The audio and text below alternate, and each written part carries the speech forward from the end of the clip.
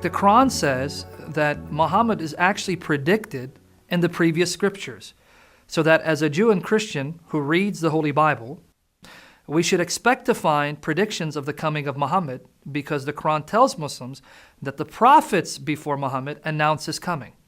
Example of a passage from the Quran which says that there are prophecies, predictions of Muhammad to come in the previous scriptures is chapter 7 of the Quran, verse 157.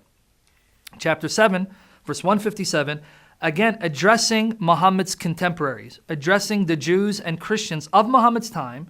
The Quran tells them that Muhammad, the illiterate, the unlettered, the uneducated prophet, is predicted in their scriptures. And Brother Lee will read the passage for us.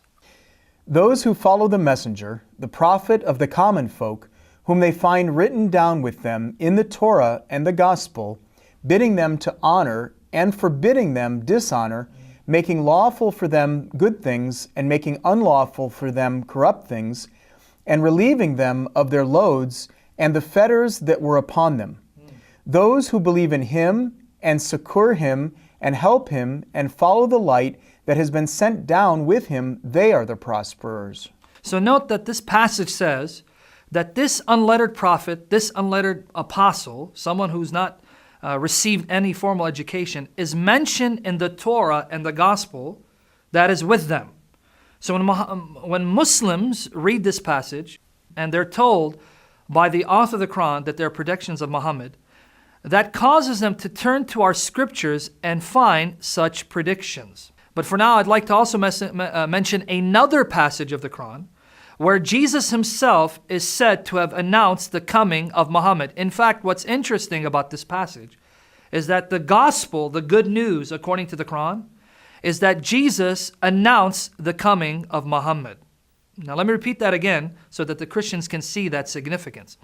The good news, the gospel according to the Bible, is that God so loved the world that he gave his one and only Son, or his only begotten Son. Whoever believes in him should not perish but have everlasting life. Now the good news, the gospel according to the Quran, is not that Jesus is the Son of God who was sent to die for you. The good news according to the Quran is that Jesus predicted the coming of Muhammad, the last and final messenger and prophet.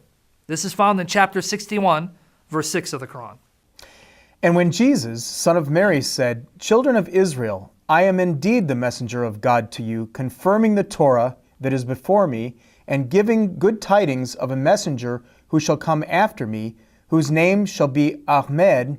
Then, when he brought them the clear signs, they said, "This is a manifest sorcery." So note that Jesus brought good news, glad tidings to the children of Israel that Muhammad is coming. So when the Muslims read the Quran, they are convinced that there are prophecies of Muhammad found in our Bible. So they turn to these scriptures to find these so-called prophecies. And as I said, I'll mention some of them in the next session, but I want to also highlight another point. Here, Jesus is said to have been sent to the children of Israel. And this is repeated quite often in the Quran. Such statements have led Muslims to believe that Jesus is the last prophet sent to the Israelites, the last Israelite prophet, but that Muhammad is the last prophet and the only universal prophet and messenger. By that I mean that Muslims believe that Jesus wasn't sent for the whole world.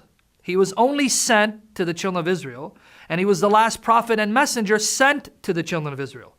It is Muhammad who is sent for all of mankind, not just for the Arabs, not just for the Jews, not just for the Christians, but for all of mankind. And with his advent, no more prophets and messengers are necessary, because he consummates the revelation that came before him.